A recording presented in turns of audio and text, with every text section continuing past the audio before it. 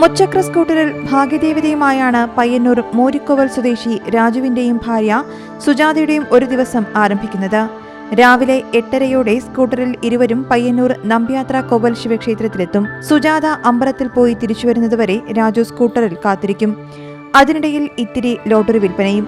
അമ്പലത്തിൽ നിന്നും സുജാത തിരിച്ചെത്തി രണ്ടുപേരും ചേർന്ന് സ്കൂട്ടറിൽ ലോട്ടറി വിൽപ്പനയ്ക്കായി പുറപ്പെടും.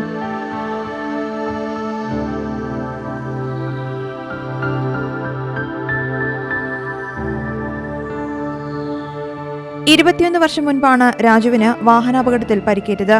നട്ടലിന് ക്ഷതമേറ്റ കാരണം രാജുവിന് അരയ്ക്ക് താഴേക്ക് ചലനശേഷിയില്ലാതെയായി.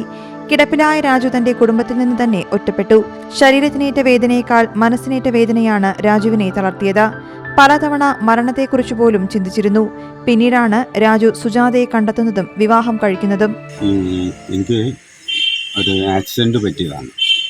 നടന്നു പോകുന്ന സമയത്ത് യാദൃശ്ചികമായിട്ടൊരു ജീപ്പ് ബാക്കിൽ വന്നടിക്കുന്നു. ഫുട്പാത്തിലേക്ക് പോകുന്ന സമയത്ത് എനിക്കും രണ്ട് കൂട്ടുകാർക്കും കൂടി ഒന്നിച്ചാണ്. അതിൽ നട്ടലിന് പരിക്ക് പറ്റിയിട്ട് കാലിന് താഴോട്ട് പൂർണ്ണമായിട്ടും ചലനശേഷി നഷ്ടപ്പെട്ടു.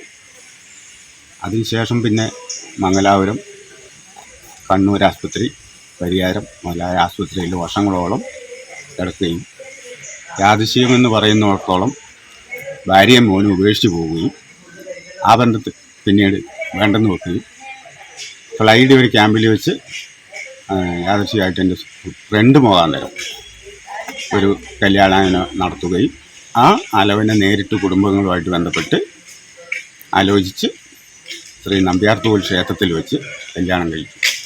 ഇപ്പോൾ ഞങ്ങൾ സുന്ദരമായിട്ട് ജീവിച്ചു പോകുന്നുണ്ട്.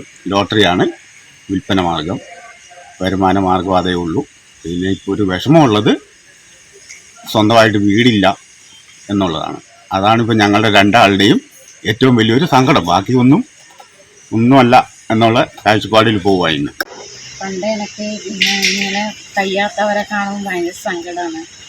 എനിക്കിപ്പോൾ വെറുപ്പരം വന്നൊരു ഒരു വിഷമവും കാര്യങ്ങളൊന്നുമില്ല, നല്ല സന്തോഷമേ ഉള്ളൂ.